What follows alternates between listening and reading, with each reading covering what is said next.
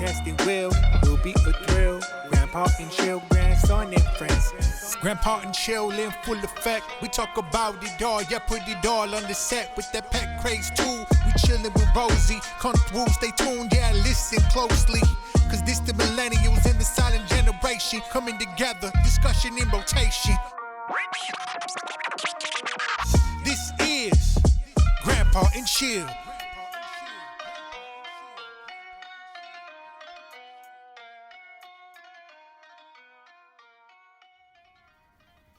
Hello, everyone. Welcome back to another episode of Grandpa and Chill.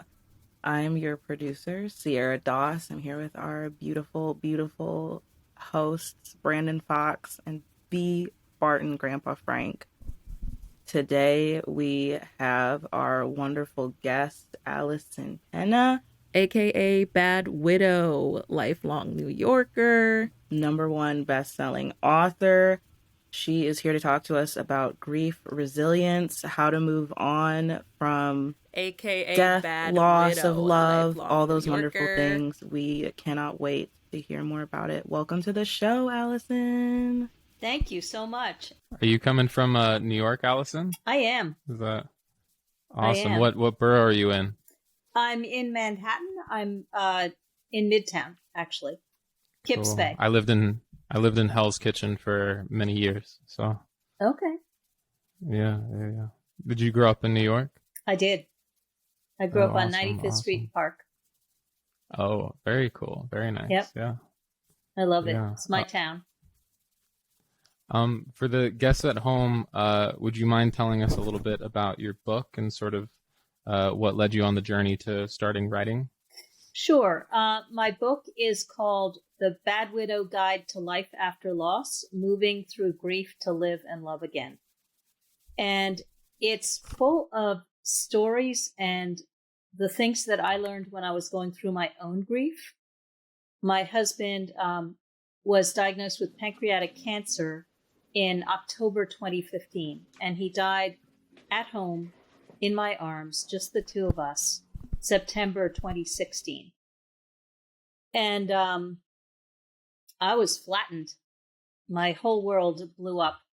We were together 25 years, missed our 20th wedding anniversary by 3 weeks. And it was bad. And I came out of it, and there were no resources for this rough, raw place I found myself. Just swamped with grief. I had built this life with this man for 25 years, and so I actually couldn't see what my future held because we'd made plans. You know, we had dreams together, and in 4 breaths, they were gone. And I was a widow. And it was absolutely shocking. And so the book is the stories of these last 5 years. September 10th was 5 years. And what I went through to come back. Because I found that there were no resources for where I was. There were lots of books about how do you deal with the finances? How do you let go of stuff? Tons of books on that. There were grief counselors. But this place of, I literally lost my mind. I felt like I was crazy. So my memory started having holes in it. And I could lose 5 minutes or 10 minutes or an hour or several hours. I could put something somewhere and be asked 3 minutes later where I'd left it and have no idea. It was so disorienting. I had inconsistent energy. I couldn't count on when I woke up in the morning what I would be able to do. Maybe I could put my foot on the floor and get out of bed. Or maybe I could go and do a whole bunch of work for my business. It was really inconsistent, so it made it very hard to make plans. I was a coach who couldn't deal with people. no energy, attention span of a fruit fly, and no memory. I was an editor and proofreader who used to be able to remember from the beginning of a book to page 300. And this is what I did for work. So I couldn't work. All the things I was capable of, I was suddenly not capable of. It was just flattened. And what was missing was some acknowledgement of the fact that this was really what the experience was. When your whole life blows up, it's not so easy to come back from that.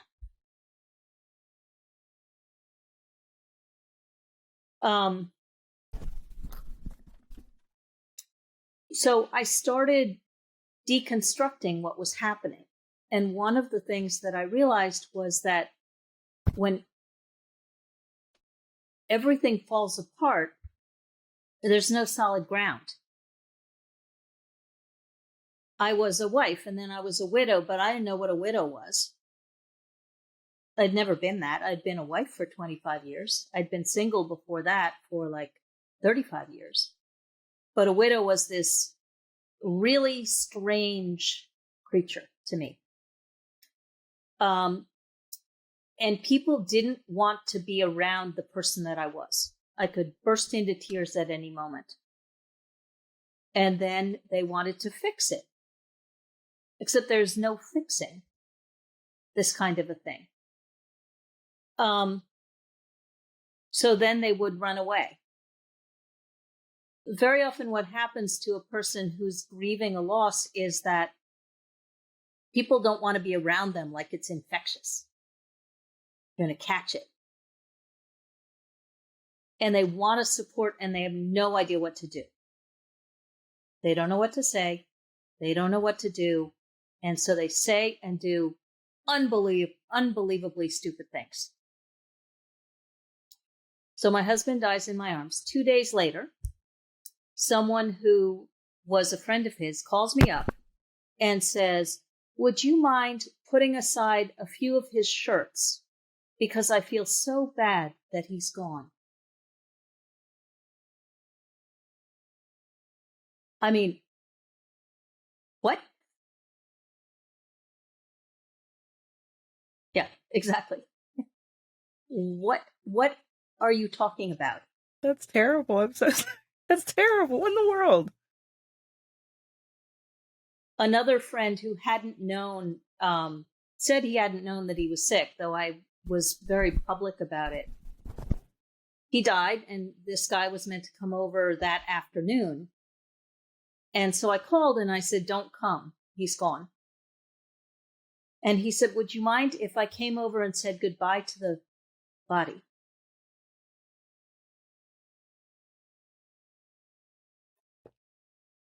I have heard these stories from every widow and widower, these kinds of stories, because people don't mean it badly, but they don't know what to do and they don't know what to say. And so they mess it up.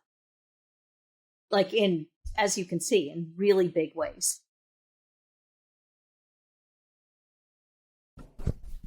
And so I started trying to figure out, how do I come back? And so the first thing I needed to do was I needed to sort of find solid ground. So I wasn't a wife, I couldn't work. So these are things that we define ourselves with. Our relationships, our work, our community, all of that was gone for me. And so I had to figure out how to find solid ground in myself. And a while ago, I created something called the Affluence Code because I was very puzzled from when I was a small child as to why everyone couldn't thrive. Some people did well in the world and others just didn't. And so when I was looking at it, what I found was that everybody cares about three kind of areas of life: work, relationships, and community. So for me, my first is community. So as I shared with people what was going on and served them, I was healed. The reason this is important is if someone is grieving, you might hear, oh, don't go to work. You need to rest. But if you're a person for whom work is everything, you need to go to work. If you're a person for whom your relationships, and it's typically sort of 1 to 3 relationships, keep you solid, then you need to lean into that. And for me, I was sharing what was going on. I was sharing what I was discovering as I was going through this horrendous experience. And people were coming back at me and saying, oh my gosh, it made it safe for them to acknowledge that they'd been there too. So I lost my husband. But we're in the middle of a global grieving. The whole world is grieving something. And the thing that's peculiar about grief is that we don't talk about it. Kind of mildly embarrassing and somewhat shameful. Because when we're grieving, it's really hard to be your whole self. And you're actually not even the person you were before. So if you lose, I love the bird. It's so cool. Sorry. Hey, Allison, so sorry to interrupt. I'm getting intense static, and I just don't want the listeners to lose the important words you're saying. Yeah, so the first thing is to get solid where you are. What happens very often is that you want to be able to do all the things that you could do, but you just can't. It's unrealistic. Mm-hmm. And there's a lot of shame in not being able to do that. Well, why can't I just bounce back? It's very American, this idea of bouncing back. But in these last 2 years, people have been separated from each other. Families are divided. The country is divided. There's been all kinds of chaos. People have lost jobs, businesses, relationships, other people. 176,000 people have died of COVID. Each of those people affects at least 8 other people. So if you look at the numbers just in the U.S. that are grieving, that's vast. That's global. And it affects everything. One of the side effects of grief is that it brings up what's really important. Because when the world falls apart, then you have to figure out what matters again from the beginning. So after I sort of got myself solid, the next thing I needed to do was re-engage in the world, because when we're hurt, what we do is we contract. We create a smaller world because we can't deal with a bigger world. I couldn't deal with a lot of people. I couldn't deal with a lot of activities. I wound up, because my memory disappeared, I wound up writing everything that I could think of that I did in life, from eating to working on my business, to writing a funnel, to visiting a friend, to making a phone call, everything on a piece of paper, because I had no memory. I couldn't count on waking up in the morning and having any idea of the things that I did in the course of a day or a week or a year. It was all gone. I wrote this thing at one point. It was like I would wake up every morning and all my memories were shattered on the ground like pieces of glass. And I would have to pick them up and put them back together. But because I couldn't remember how they fit together, I was putting them together in a different way every single day. It was really disorienting. Because you're used to sort of having some history. This is my past, this is my present, and this is my future. So what happens when that goes away? To your sense of who you are, to your sense of having possibilities in the future that are good. So I started sort of pushing out and re-engaging in the world. And feel free to interrupt me at any point. I don't need to do a monologue. But the first thing that I decided to do was try to work, but I couldn't coach because I couldn't deal with people. I couldn't proofread or edit because I had no memory and I had no energy. So I couldn't work at anything for more than 4 hours in a day. So who's going to hire me for that? But there was another widow and she had a Halloween pop-up store. And I knew that I could hang a costume on a rack. And I could do that. It was a start. It didn't feel good not to be able to do all the things I used to be able to do. But the truth of the matter was I couldn't. And so re-engage was, where can I start? Where can I do a building block that I can grow from? Because nothing from nothing is nothing.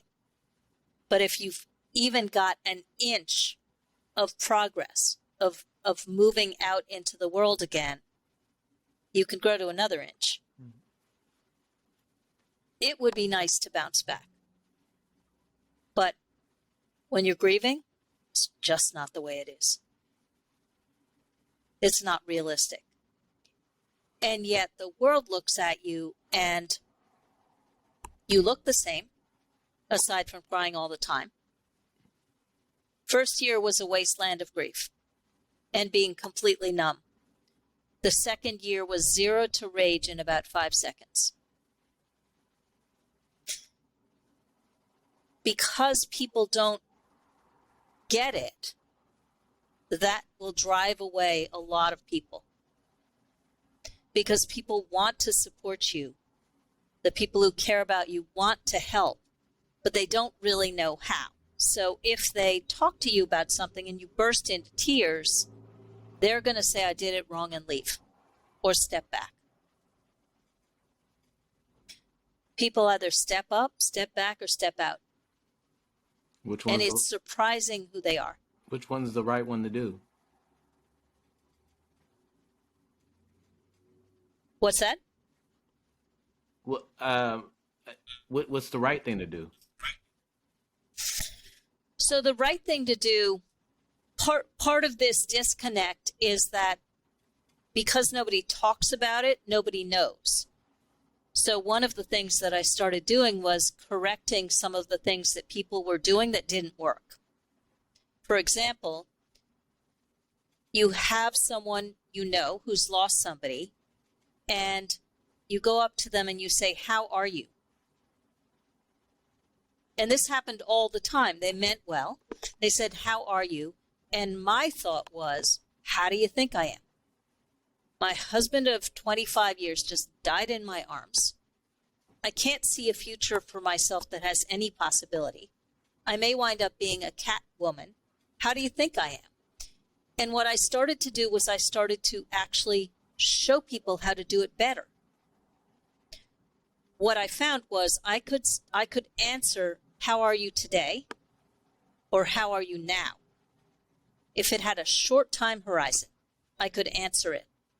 Anything with a future, I had no idea. I had no idea what was going to happen to me. So I got into the store and I started hanging costumes, talking to people, just pushing out to feel more capable again of something. The second thing was to reinvent myself. After any loss, any of these losses I described, you're not the same person. But we expect to be. Like, we think that there's this trajectory where through our lives we're the same person. But if you look at your life, after every single transition, and especially every loss, you're not the same. You're literally somebody else, because who you were in relation to that person or that opportunity or that experience has changed you forever. And it's a mistake to try and go back into the old track. So I was who I was with my husband. I didn't know who I was without him. I had to figure it out. When people start dating, they make compromises that they might not make later. In almost 20 years of marriage, sometimes the love gets lost in who's getting the groceries and who's taking out the garbage. It just recedes because there's so much doing to do. So when my husband was dying, the love came back. Because we say, what would you do if tomorrow was the last day of your life? Well, we don't live like that. And yet, it could be. I mean, for any of us, it could be. And there's something really amazing about choosing to live that way. So what would you be doing, and what would you be saying? And what relationships would you patch up that seemed irreconcilable, but that hurt your heart? And so one of the things that happens with grief and with loss is that what rises up is what matters. What's the most important thing? And so after loss, what happens is kind of an uncompromising insistence on what matters. What you'll see very often is a change in direction, a letting go of those things that don't fit anymore. I believe what they're calling the Great Resignation has a whole lot to do with this. This grief of the last 2 years of being separated, of losing connection with each other, of talking on screens. What rose up in the face of that was what mattered. And people are stepping in those directions. They're not choosing to go back on the same old tracks. And I think that has a whole lot to do with grief. Grief affects everything. So if you work in an office and you're not remembering things as well, you're not focusing as well, and you're in a position of authority, then how do you make sure that nothing falls through the cracks without damaging your stature in the office? How do you ask for help when it might keep you from getting promoted? So there are really true things that happen that affect all aspects of life. How do you ask for what you want when you don't know what you want, except, in my case, that person back? And everything else is underneath that. I couldn't remember to eat. I had about 5 seconds from when I remembered I was hungry to get to the kitchen before I forgot again. So I put baskets of power bars all over the apartment so that my eyes would see that there was food. And it would give me an extra kind of trigger to remember. So reinvent was figure out what I liked for myself. So I love open mics. Oh. Love open mics. And went to them a lot before I married my husband. He didn't love them. So that left my life. After he died, I took it back because it was one of those things I gave up for love that I loved. He loved tennis. I didn't. I gave that up. But it was really, let's look and see what matters to me. What was his? What was mine? What was ours? And what did I want to keep? And throw everything else out. And then the last thing was rebuild. So rebuild networks. People stepped up, stepped back, stepped out. After a loss, you might actually not need the same things. So as you're reinventing yourself, what kinds of things do you want to do now that maybe you didn't want to do before? So who are the people who did those things that you don't care about anymore? And is it time for them to leave? And I started thinking about networks. We think about networks as referral systems for businesses. You know, how do you get more clients for your business? But I needed so much. I was so broken after I lost my husband that I needed everything. I needed people to go out with. I needed help with my health. I needed help with money. I needed help with everything. And the need was so great. And really, our networks aren't built to hold everything up, especially if you have a spouse, someone you've been with, or a significant other you've been with for a while. If you have that person is taking a lot of roles.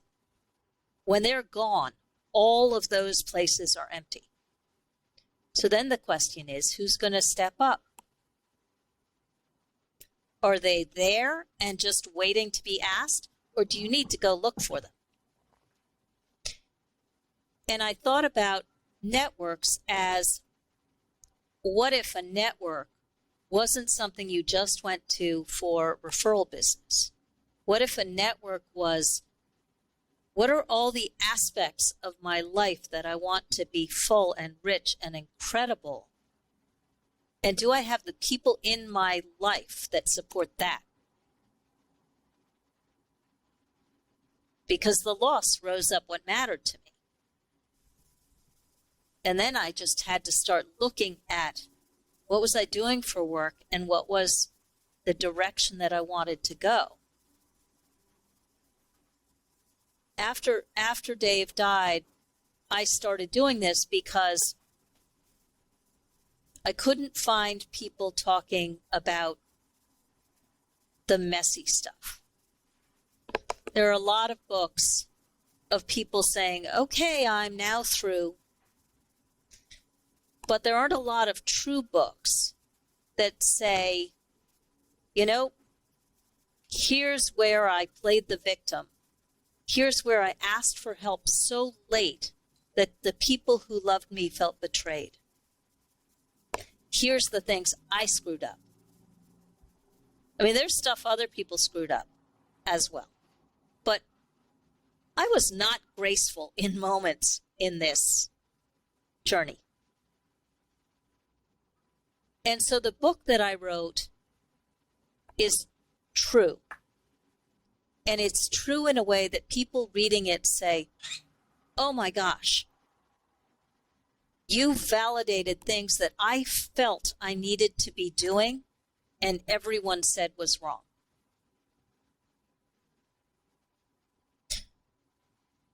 Because when the world blows up, there's this uncertainty. So you can go from being a decisive person to not being able to make any decisions with ease. Because for me, I had someone at my back to cheer me on, to comfort me, and then they were gone. And gone as in I would never see or touch them again. Because we didn't have children, I had no one hug me even for months on end.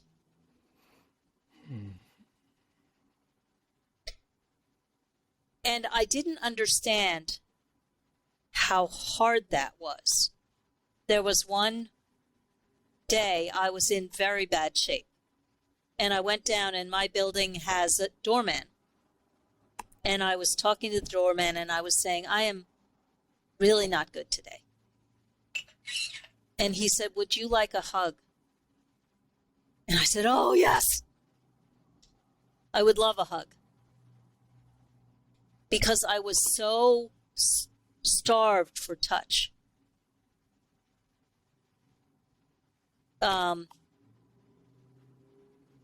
So that's basically the story. What do you want to know? How can I help? Is your ungraceful handling of it all why you gave yourself the title Bad Widow? Bad widow. Okay, so bad widow was because a good widow would just go along and say, oh, thank you very much. But in fact, people were doing things wrong. They were saying things that hurt me. And there's such a fear of actually saying what the truth is of what's going on that they couldn't get it right. And so bad widow was because I decided to blow up all the assumptions. In the face of this indecision, what happens is everybody piles on with their good ideas. You need to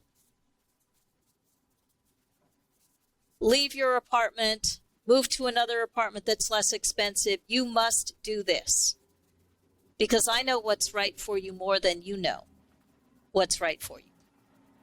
And so bad widow was, okay, everybody's got their opinions. But at the end, I need to filter that advice through me. And I need to trust what I know to be true. And it did not make me popular. Because I was doing things that honored my truth. And they just wanted to take care of me. But what they thought I should do was not taking care of me. Did not honor my truth. Fudge, I'm sorry. It's okay. It's okay. Alison, fine. I have a few questions for you. One is, you obviously knew that your husband was going to pass away. Yep. Would it be different if, let's say, God forbid, it was an accident where a person died suddenly rather than a prolonged situation where someone is dying from a disease? That would be one question that I have, and maybe you want to just address that one first. Okay. It's different. So I had a chance to grieve over some time. So I had a chance to grieve over 11 months. I had a chance to say, I love you, which if someone dies suddenly, that doesn't necessarily happen. I also got to grieve his feeling less and less and less. So he chose to do chemo, and he was told that he would lose his hair. He had this great head of hair. And so he cut his hair really short to feel like he was somewhat in control. And then about 2 days later, he got on a city bike because he loves city bikes. And he started riding on the city bike, and his eyelashes started coming off his eyes and cutting into his eyes. And his hair literally started flying off his head. And he came home and he cried. So there were a lot of moments like that. There were moments where he was so angry at me because he was upset about what was going on with him, and I was the person who was not going to leave. So I would not have traded those 11 months for anything. and they were really hard at times. When it's quick, there are regrets like, I didn't get to say I love you one last time. I let them go out the door without a hug. So it's different. You're not grieving for a long time. It lands on you. There might be a greater sense of it's not being real. I watched my husband go from 263 pounds to 146 pounds, and he was 6'3". So he was skeletal by the end. Absolutely skeletal. So if it's quick, it's very shocking and it doesn't feel real. Because my husband was in my arms, and I was holding him when he took his last 4 breaths. That's real. I have a friend, her husband went out, sat down by a tree, had a heart attack, and died. On my floor last week, there was a guy renting a room down the hall, and he had a heart attack and died. And his mother came to bring him food, and he was gone. Had been gone for 2 days. So it's different.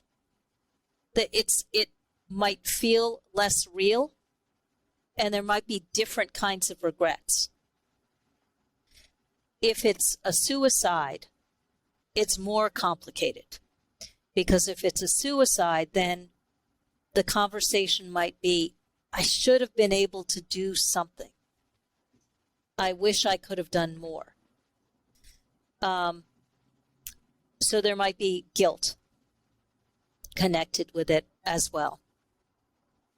I missed something.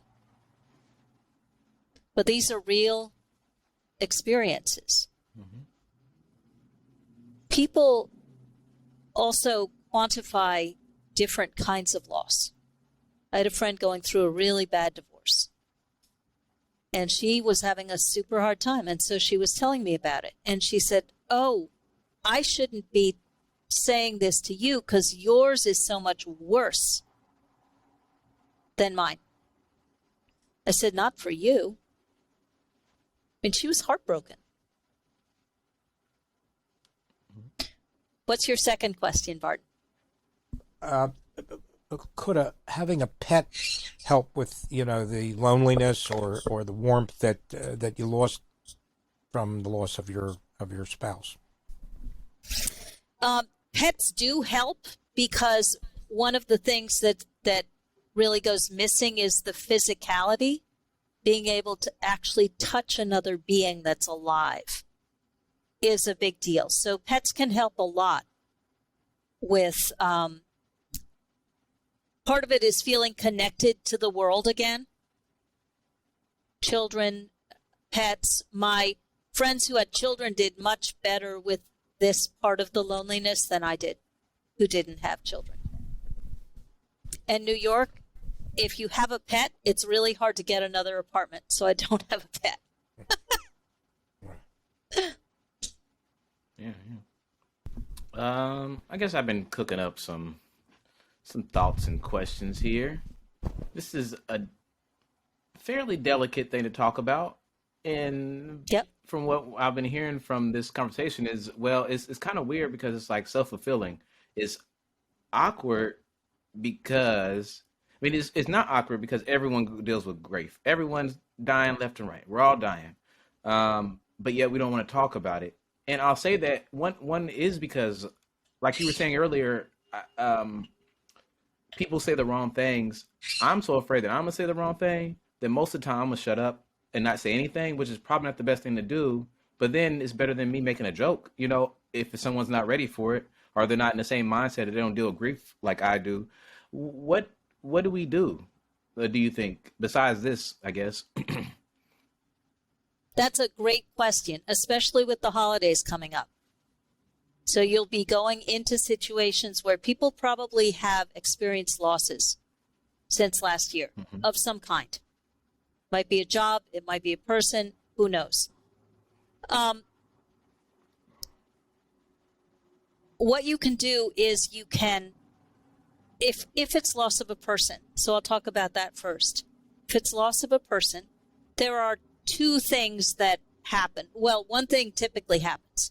People decide that because they don't want to have someone burst into tears, which can happen, they're just not going to mention the person's name. Now, for someone who has lost someone central to their lives,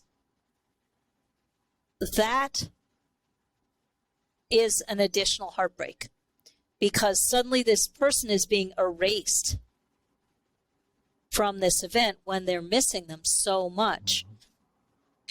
You can ask the question. So one of the things that I'm really intent on doing, and why I talk about grief, is that we don't talk about it. And so then people don't want to say the wrong thing, and so they don't say anything. What you can do is you can say, hey, I know that you lost so-and-so, or that this happened. What's comfortable for you? Would you prefer that we not talk about that person? Would you prefer to hear stories about them? To share some of my experiences with this person? So when I was 25, I lost my brother. He died. He had a genetic enzyme deficiency, and he died very suddenly, to answer your question, Barton. He was at camp. He rode a horse race, keeled off the horse, went into a coma, and died. 25. And that Christmas, no one mentioned his name. And so there was this big hole in us, and nobody was talking about it. And so we were sort of left with this huge grief that was unshared. The weird thing about grief is it's both individual and it's communal. But because we're not comfortable with emotions, what if someone bursts into tears? It's water with salt. They're tears. What people are so scared of is that that person is not okay.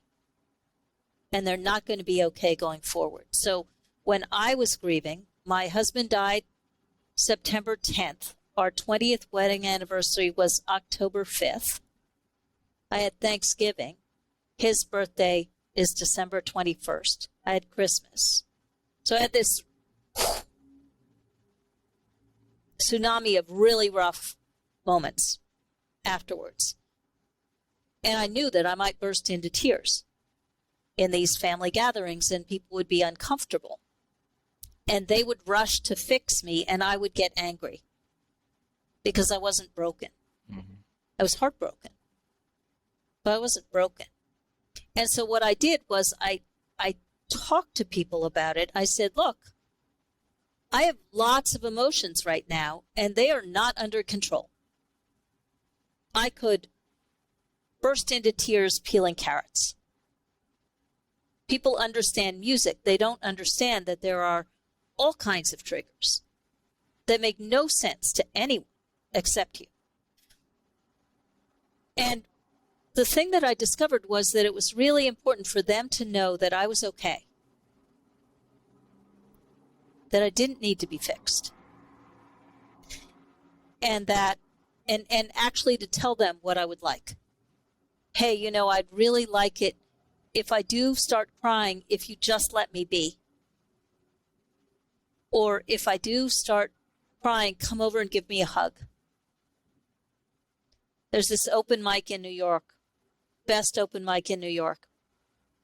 And I would go there and I would stand in the back and they would sing a lot of love songs. And one night there were 35 songs sung.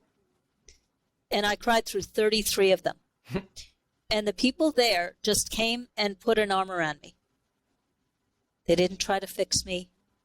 They didn't tell me to stop. They let me be.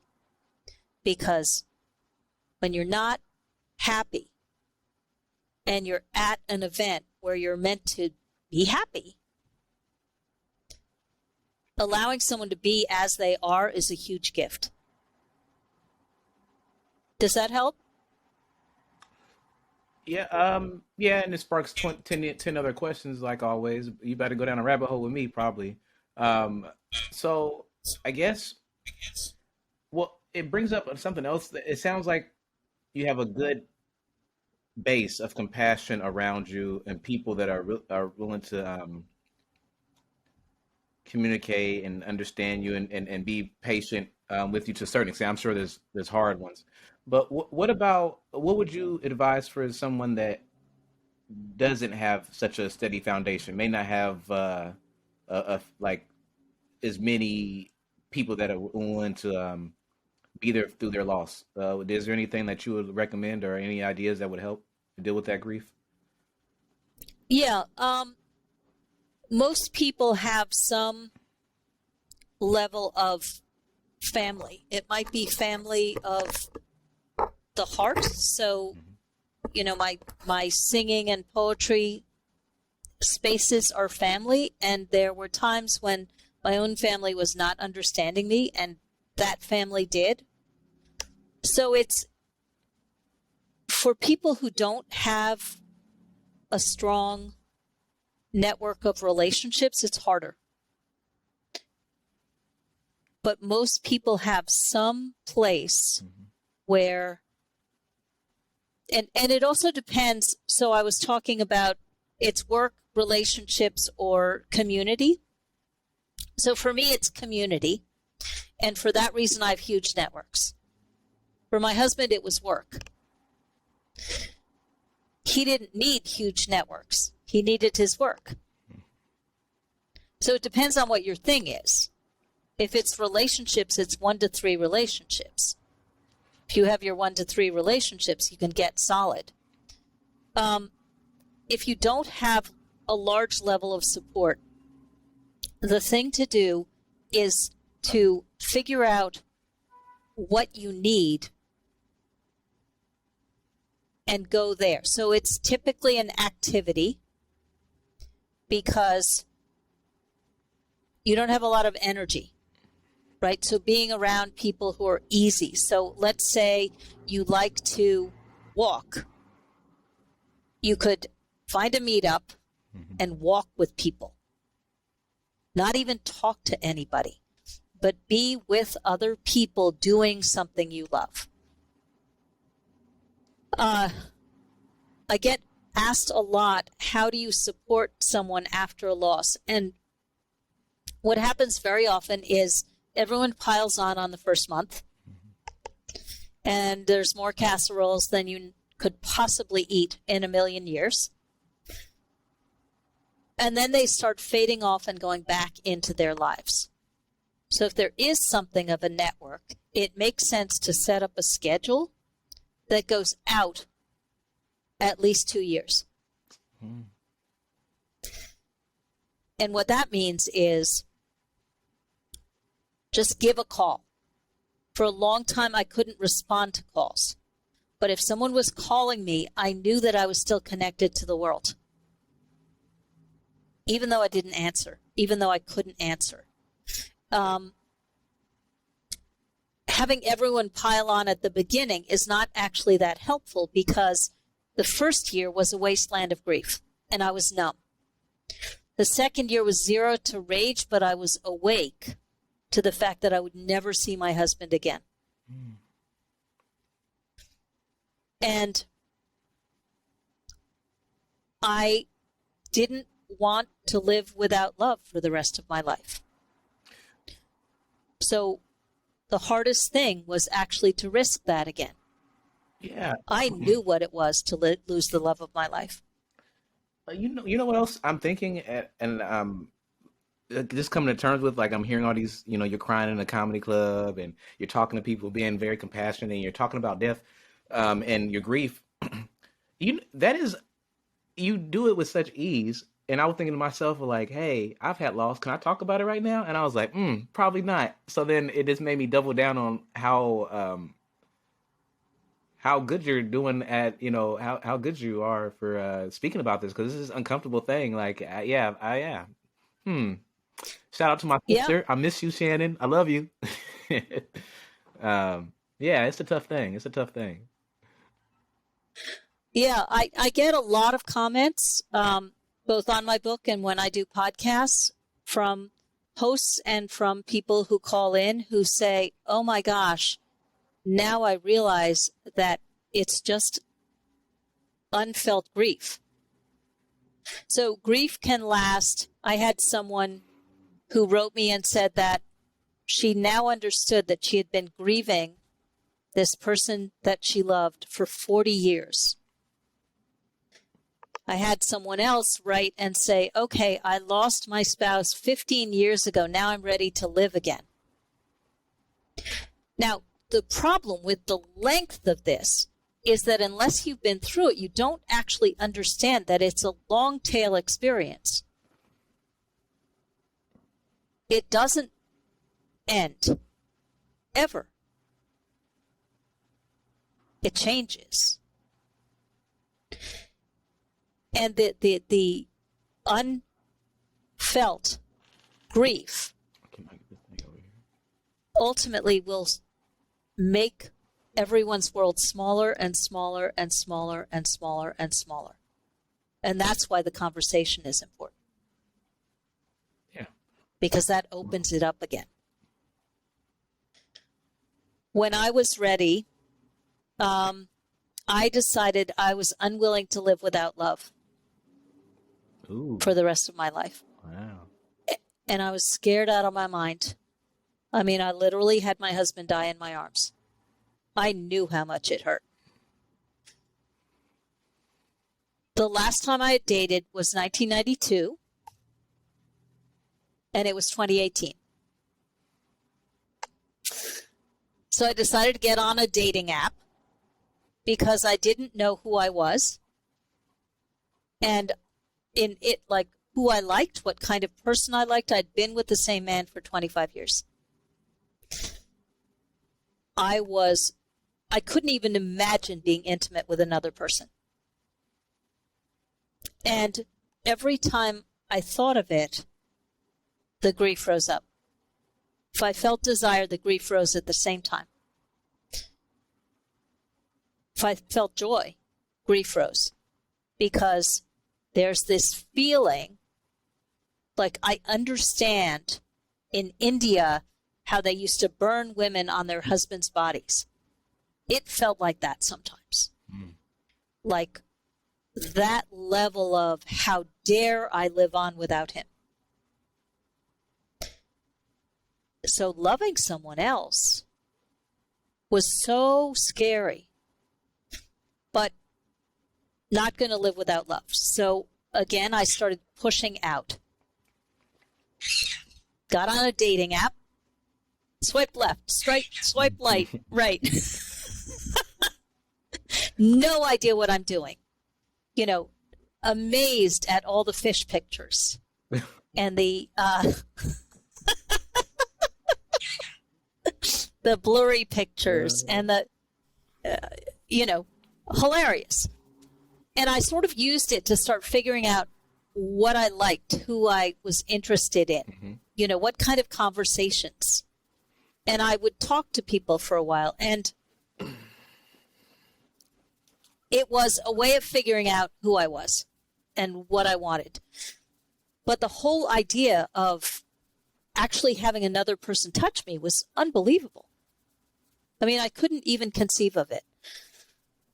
So I knew I was getting closer when the people I liked were less than 3 hours away.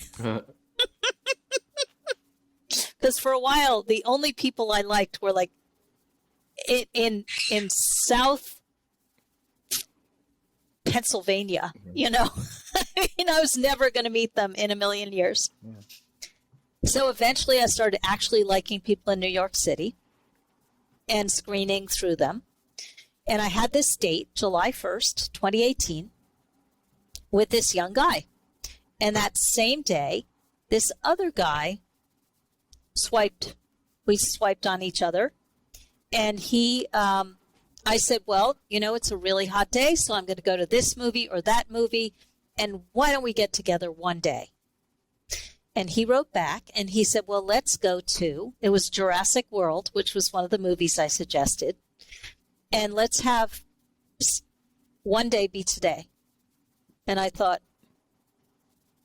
okay.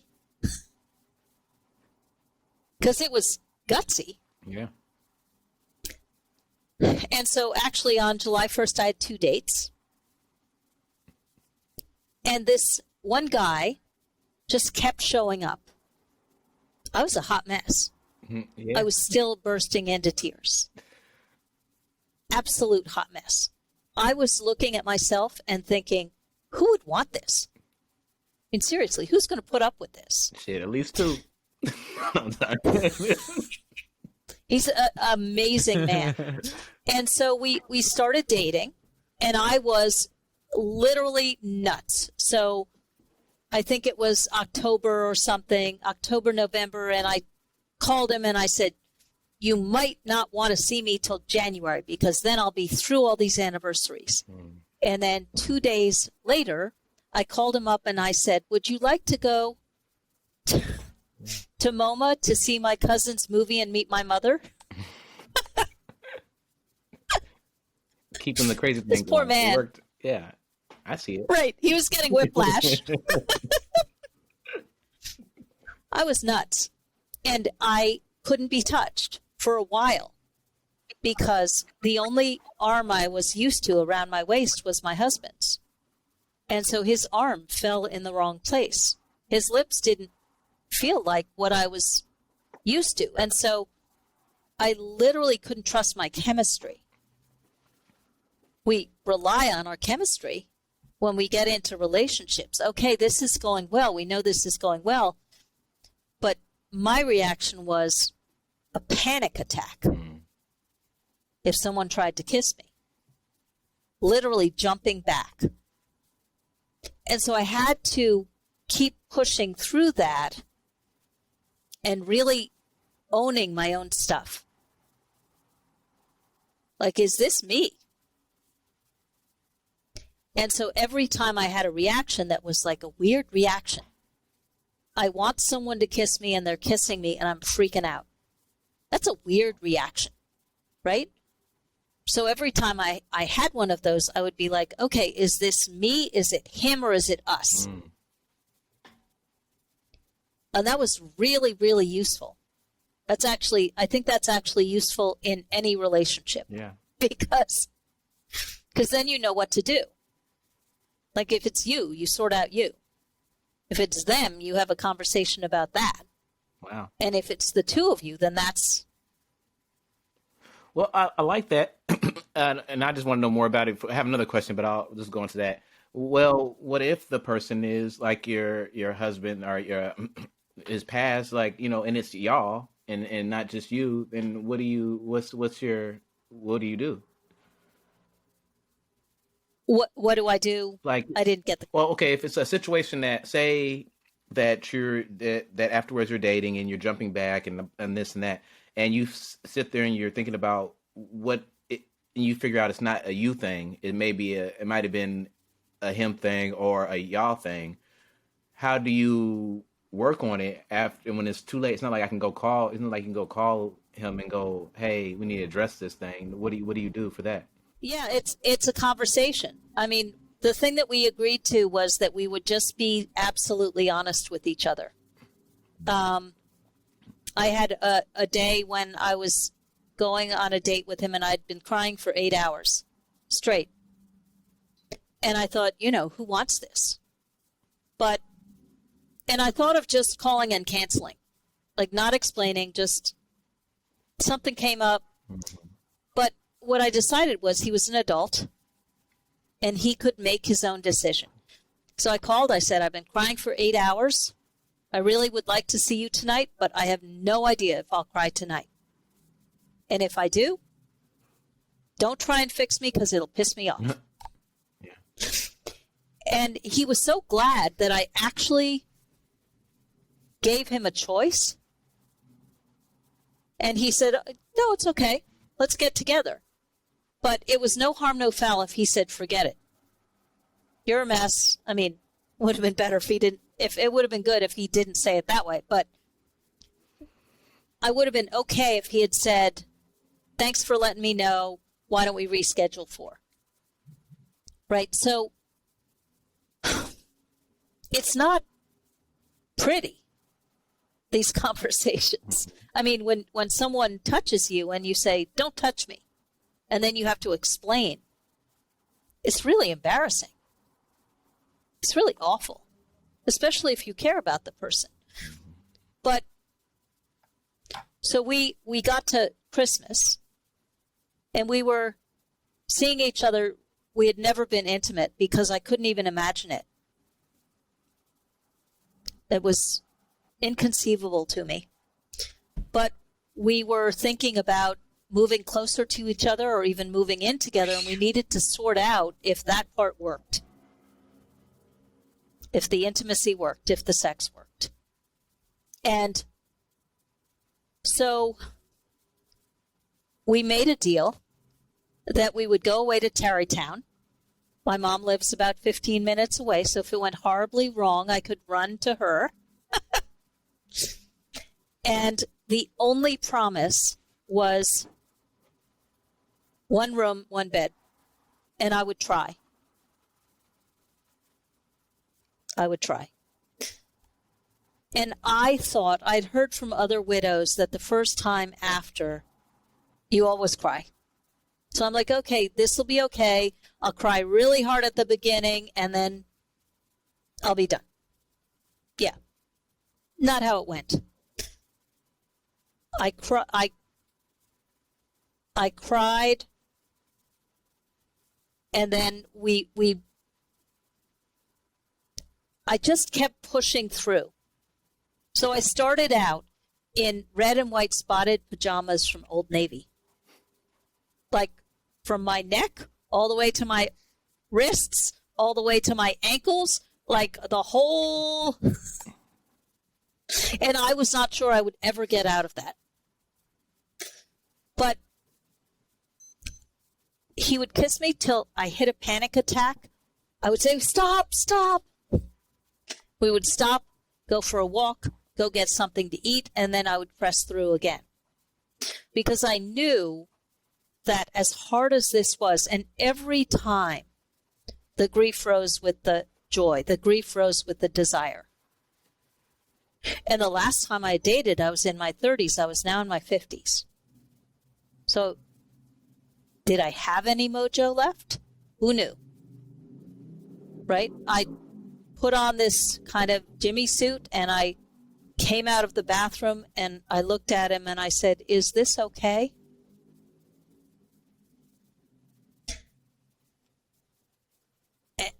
And it was really vulnerable to say that. Mm-hmm. But it was true. And so we just pressed through. It worked out. We've been together 3 years. And he said if I was willing to be that brave to keep pushing, he was willing to be that patient. Yeah. But there was this one moment where it was seriously hot and heavy. And I'm like, stop. He said, oh my God. You've got to be kidding. And he still stopped. I mean, that's what I needed, and that's what he did. And he could see I was being brave. But that honesty through that period of time has given us a really amazing foundation for our relationship. Yeah. Yeah. And he had to have a lot. So my husband was an artist. He left me hundreds of paintings. Wow. There are 546 paintings in my apartment that I live in with my boyfriend. Damn. And he had to be okay with that. It's not a couple photos. It's 15 photos. 15 paintings of him. Hundreds of his artwork. Wow. Yeah.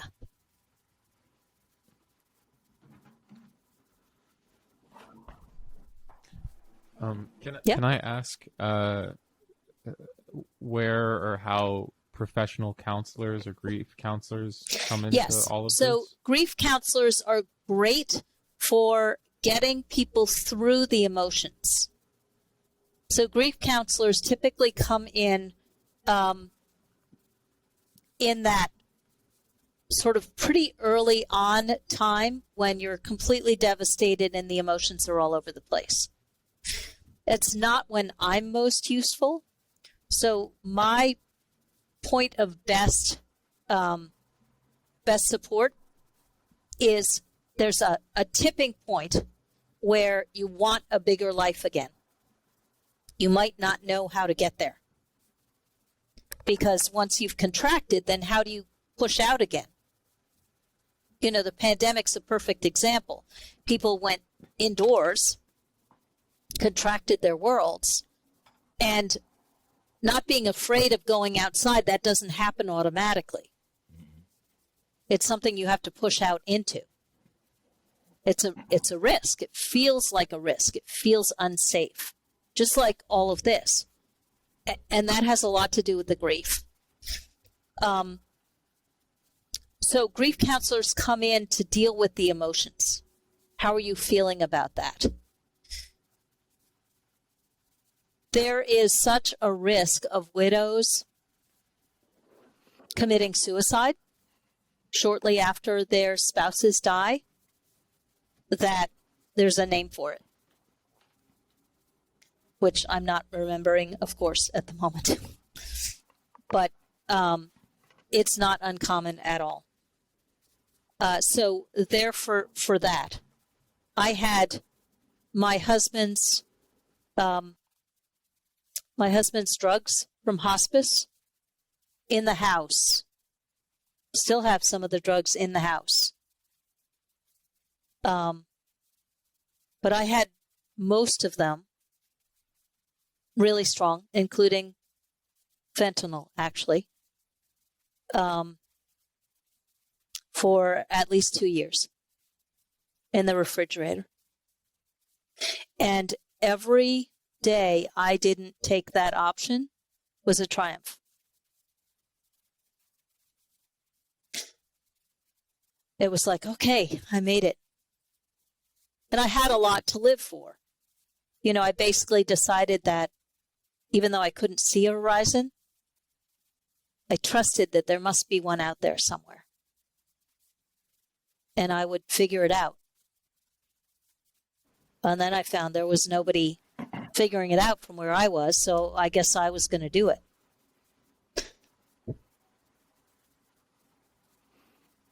So grief counselors are for the beginning and about the emotions. But there's a lot of practical stuff that they don't really deal with. And then you have financial advisors and you have declutterers, getting rid of stuff. What about seeing a therapist for all the minutia of, this relationship and all of these? Yeah, that can be really helpful. It depends on the therapist. It depends on the grief counselor. So the danger is you don't want to go to someone who's going to treat you like you're broken. You want to go to someone who is understanding that it sure feels like being broken, but that's not the end. That the therapist can actually hold out a vision for a future that the person grieving can't see. And it's really useful to have people in your life that can do that, whether it's a therapist or it's a grief counselor or it's a minister. People have all different resources. And honestly, it's whatever works. For me, I'm an oddball. Let me look at my own experience and let me deconstruct it and help other people, because I'm sure there are other people here too. And I couldn't find anything. So I wrote a book. Yeah. There it is. You had brought up something earlier that we're talking about grief here. Like, I think I have a problem with, or in my family too, attaching every single holiday, every sweet wind that blows to the death of our like loved one. Do you like know when that gets, like, when you're done? I mean, I know it's a grieving process, takes forever, but it is very funny because it's like, yeah, duh, they're at every holiday because they were alive, you know. But it is like every time a holiday comes by, I'm like, oh no, this is what my loved one used to do. You know, it's like that. So, yeah, That's really common. and it feels, you know, the guilt thing of like, oh man, I can't. And then it gets to, you know, a couple years go by and you don't feel bad about the holiday, and you go, oh man, I should be feeling guilty around this time of year, right? Yeah, it was funny. This year is 5 years, so September 10th was 5 years. And the week before September 10th, I cried the entire week. The entire week. So my husband died at 10:10 in the morning on September 10th. And at 10:11 in the morning on September 10th, I was fine. Absolutely fine. But that entire week before that, I was a catastrophe. And it's been 5 years. So it's really common to feel like I should still be feeling guilty. I should still be feeling, but the levels change. You know, my husband used to play tennis near where we live. When I go by that place, even though I love someone else and have for a few years, it hurts. There are things that still hurt. And on some level, you just have to let it be. You know, how you feel is how you feel. In some moment, you might be doing something that someone you've lost does and go, this is really cool. And in another moment, it might be, this is so sad that this person is no longer here to do this thing, say this thing. Yeah. So, however you are is the right place. And people may have different reactions. People might be cracking jokes. Now, I listened to two shows ago. So I'll tell you this because you went there, but I'm not going deep into this conversation. I with the culture, it was that show. Oh. I was getting together with a girlfriend and having lunch, and it was fairly shortly after Dave died, and she was prepared for a really sad conversation.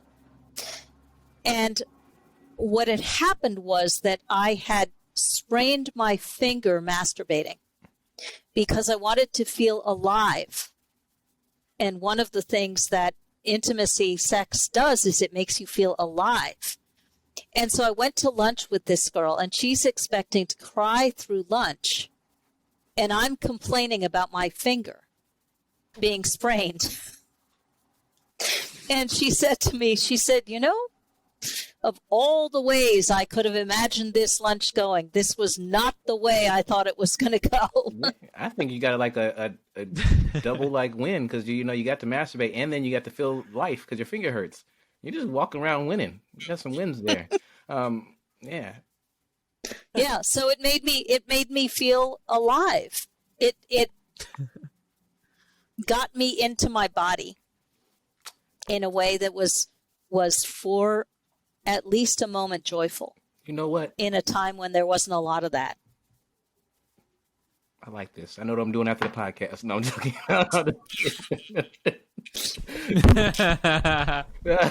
Oh, you know, Finest, why good is your news. finger broken? My girlfriend was laughing so hard, she was like, what? This was not how I thought this was going to go. Would you tell everybody, or you had to make up a story? She was a particular friend that I would tell that to. I told a few people, but it would be a fairly discreet number of people. It's not in the book. Other things are in the book, but that's not in the book. You. Gotta make a second. Gotta write a second one now. It's a podcast exclusive. Taking the right conversation there. in a different direction, do you ever think about the afterlife? Sorry about that. Yes, and actually, my husband was a very active ghost, and I have in the book I have something called a ghost story of something that he did, but especially early on, he was around a lot, and this is a pretty common experience for people who are somewhat open to this. I was feeling really down, and I was in one room in my apartment, and the television went on in the living room. And I came out, and I said, Dave, cut it out. I'm really not in the mood. And I turned it off, and I went back in the bedroom, and the television went back on again. He would go places with me. I could, he would turn lights on and off. I went on a writing retreat up to Cooperstown. And this is the story that's in the book. And I'm on the bus and I'm going up to Cooperstown and I'm in the bathroom and someone slams on the bathroom door and says, is your husband on the bus? And I burst into tears. And I knew that my husband, not my live husband, but my husband was actually on the bus. And then we went up to the writing retreat. And towards the end of the retreat, I had written something and I was being really hard on myself. And I said, this might not even be worth reading. This is really terrible. And there were 4 lights over my head and the light over me went out. And I said, okay, Dave, I'll stop being mean to myself. And the light went back on. And I have, 100 stories like this. So, yes, I believe in the afterlife. I'm actually have other experiences with other members of my family where I've had really things happen. Lights go on and off. A lot of electronics. I would ask a question and my phone would go on across the room and play a sequence of songs that was the answer. When I published my first online course, my phone was across the room and it came on with Come On, Go Higher. When my brother died, I picked up his Walkman. Some of you are too young to remember a Walkman, but picked up his Walkman and it was playing Cat Stevens' Oh Very Young.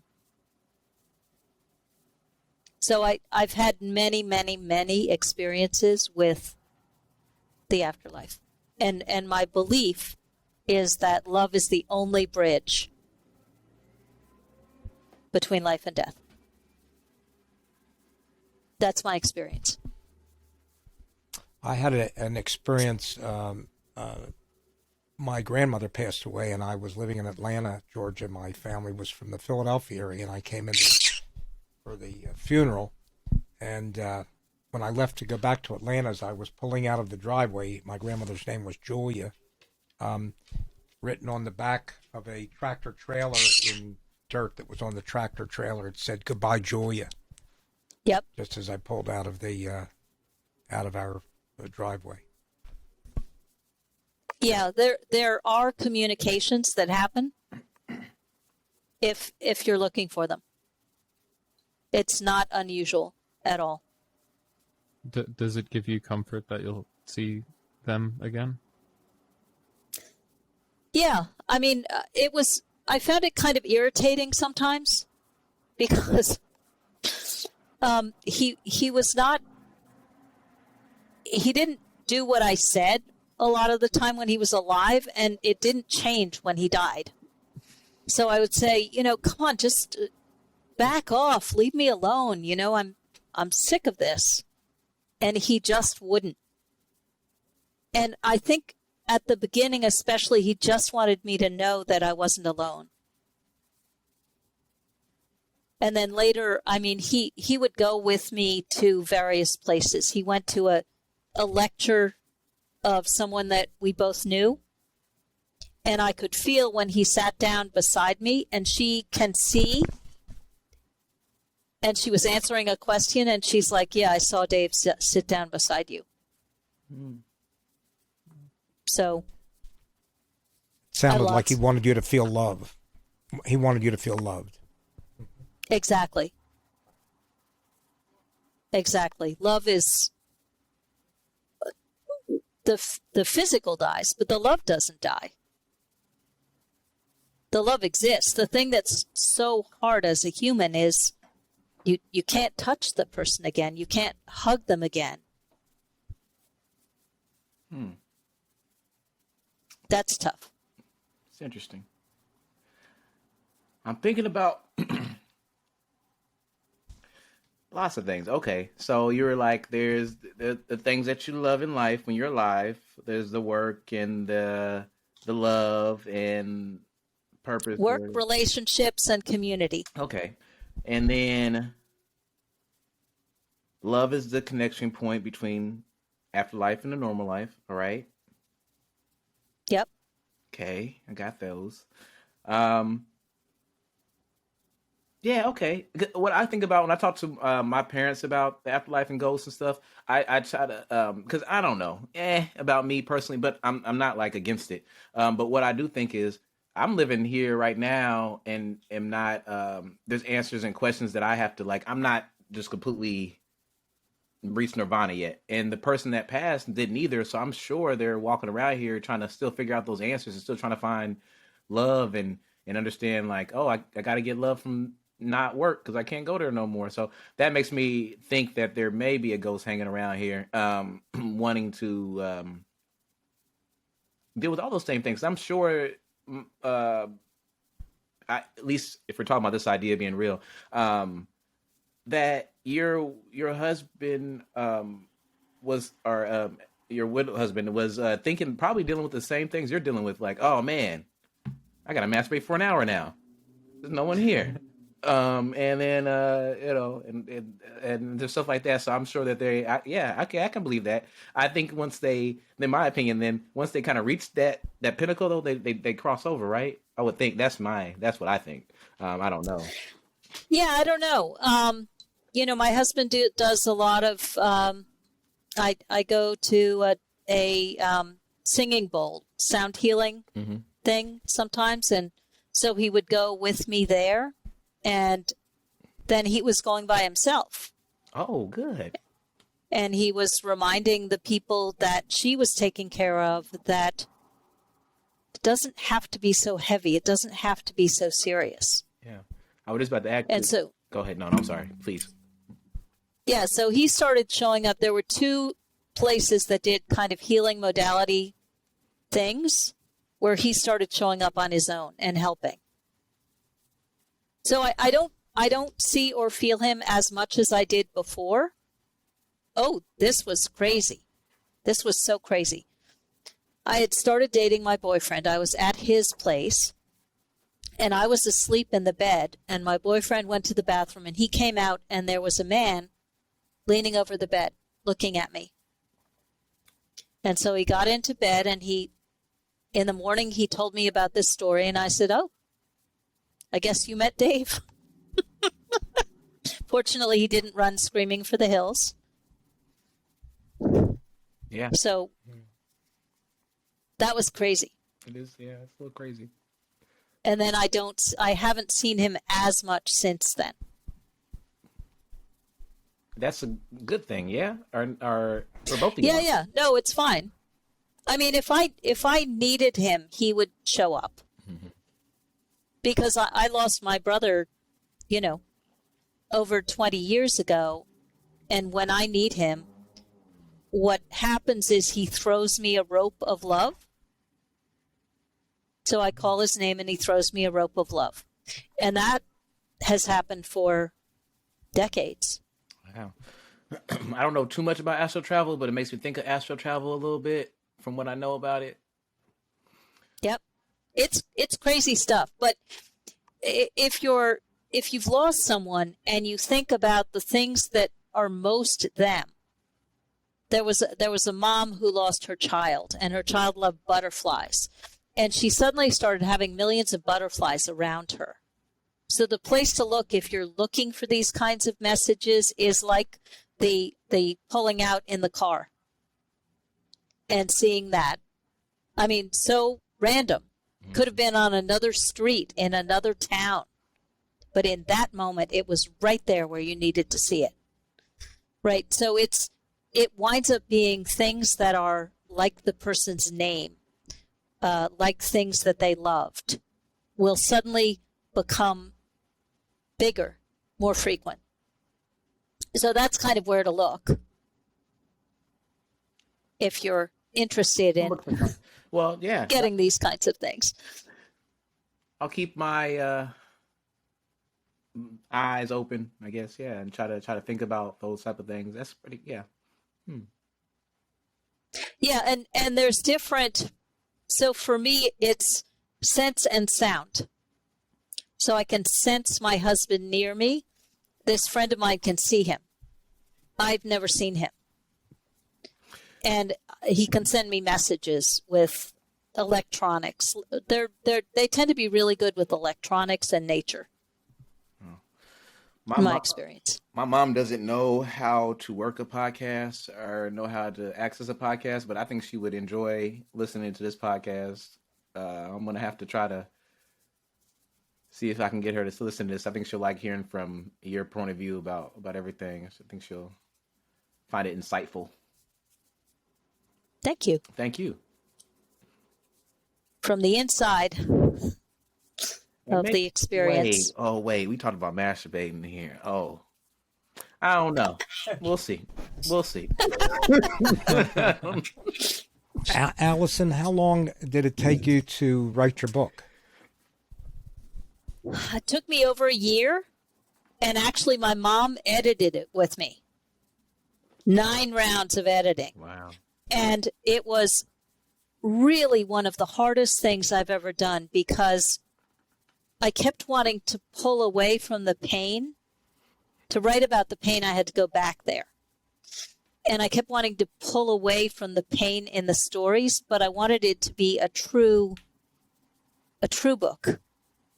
A book that someone going through it would look at it and go, oh my gosh, yes, that's happened to me too.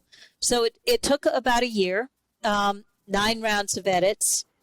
I have, among the complications in my life, I have a boyfriend, and I'm also still taking care of, primary caregiver of my mother-in-law, who's now 98, lives a block away from me alone. And I get her groceries and see her often, and I'm the one who takes care of her. And we had a really tough relationship when my husband and I were married. He was an only child, only son. And we went at it. I mean, it was rough. And so I wanted to write, and in the course of taking care of her over these last 5 years, we've grown to really love each other. That was not always the case. And so I wanted to write something about the truth of that in the book. But there was a lot of it that was awful.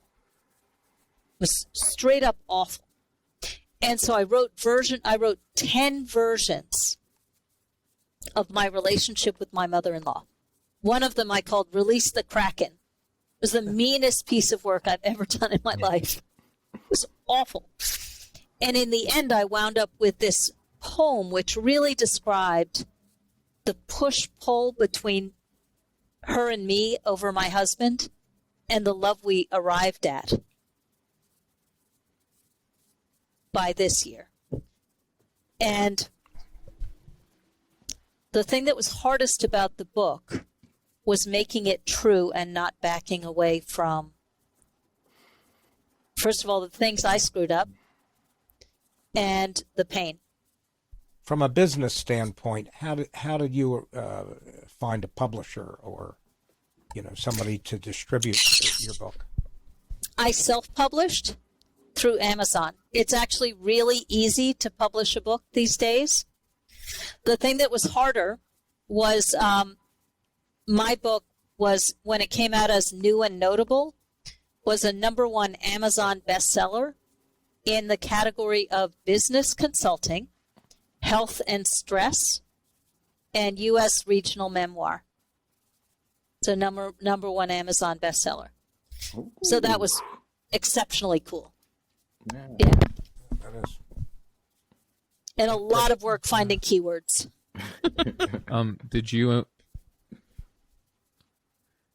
Did you and your mother-in-law have each other through the experience of the loss of Dave, or? She thought he would just snap back. So the last 10 days of his life, he was on an oxygen tank, pumping away in the corner of the living room. She somehow didn't notice that. She thought he would just come back and be as he was before. She didn't notice that he was skeletal. And so she was really angry that he died. And she thought it was my fault for close to 2 years. So it was really challenging for us to come together on this.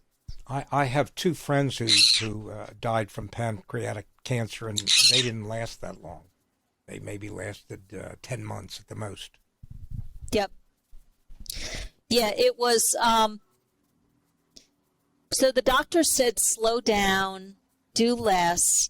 And for us, that made no sense. So if you know that your lifespan is now limited, why would you not live full tilt boogie until the very last day? And so what I did was, I'm the community person.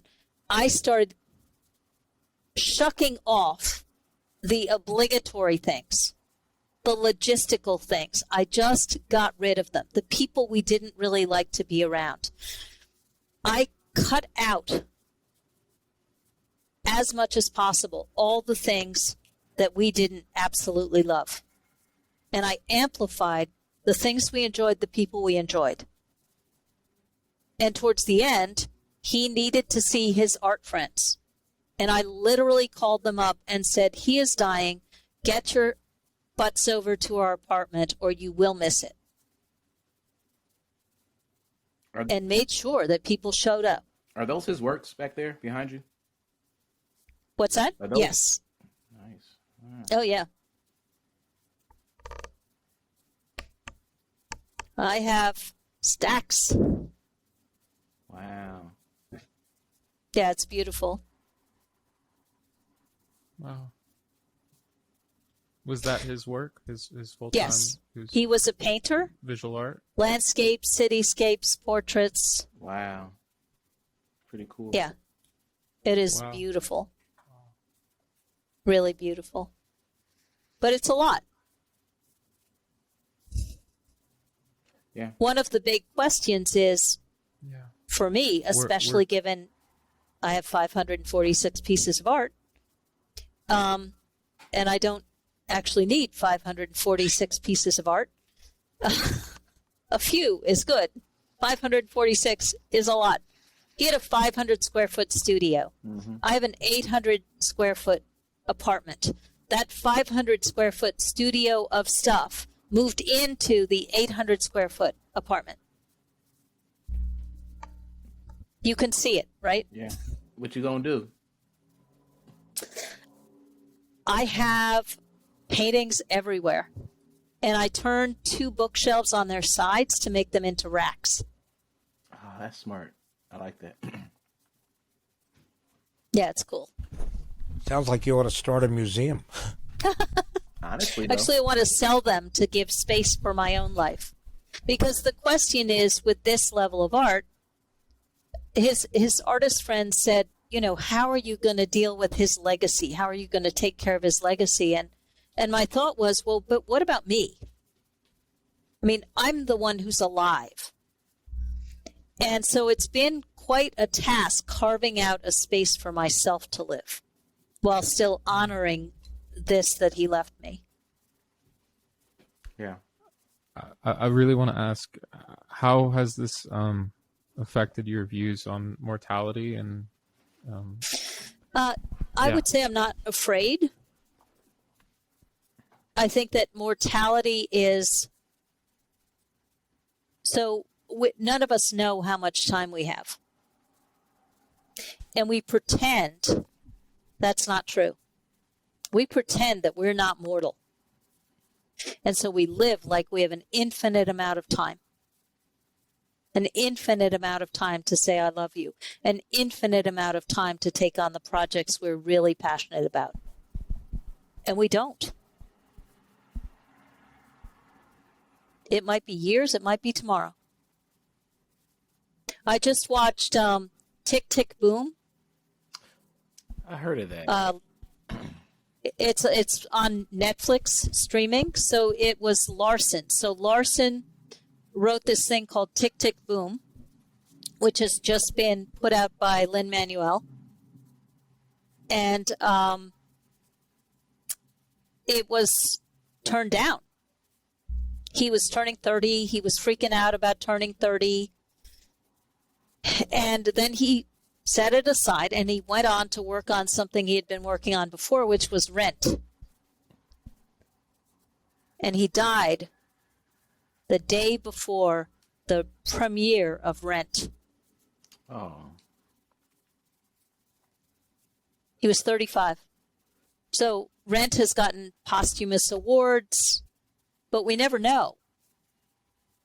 And one of the great gifts of grief and of loss is to lift up that sense of urgency,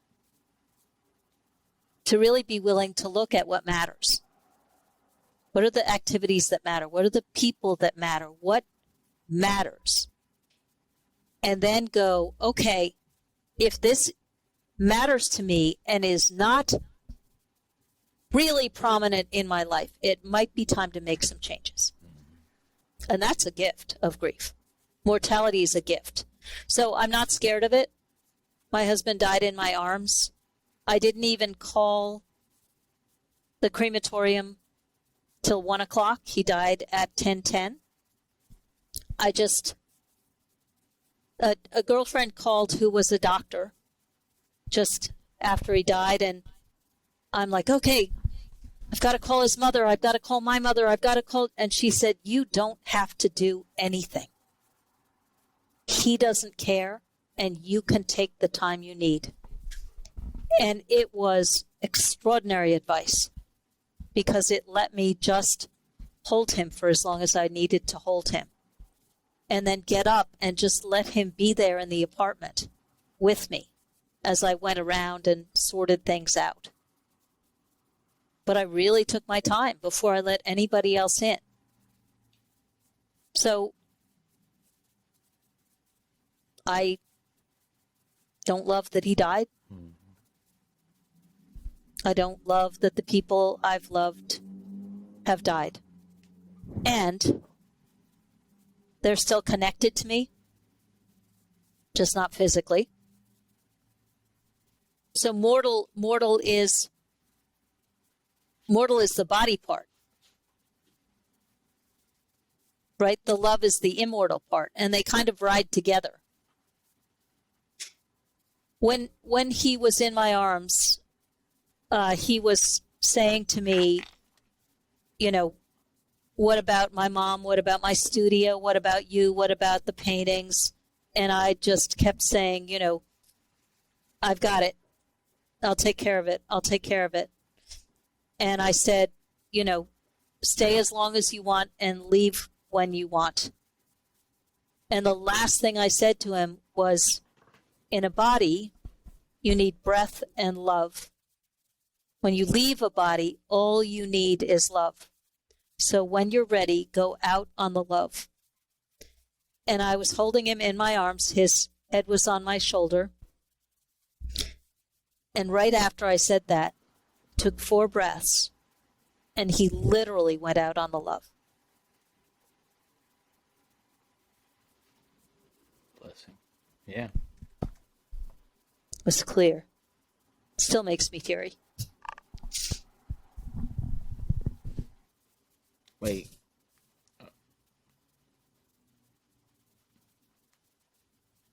What? I don't know. I thought we were doing the silent thing. I was just trying to. I ruined it. Sierra, you're Sierra, muted you too if you're talking. I was just saying thank you for sharing. You're welcome. You have a lot of very beautiful stories. Thanks. Yeah, my book is The Bad Widow Guide to Life After Loss, Moving Through Grief to Live and Love Again. Yeah. We always do last thoughts, but I think I feel super good ending there if you do. Yeah, perfect. Yeah. I'm very, very grateful that you came on tonight. Thank you very much for having me. Absolutely. Podcasting with Grandpa Bart and Rosie, always on his shoulder. This is Grandpa and Chill. Grandpa and Chill is brought to you by your hosts, Brandon Fox, Bart Frank, and Finest Jackson. Our producer is Sierra Doss. You can find episodes old and new on Spotify, Apple Podcasts, Google Podcasts, and more. Subscribe to our YouTube channel to watch the show, and follow us on Twitter for behind-the-scenes moments you can't get anywhere else.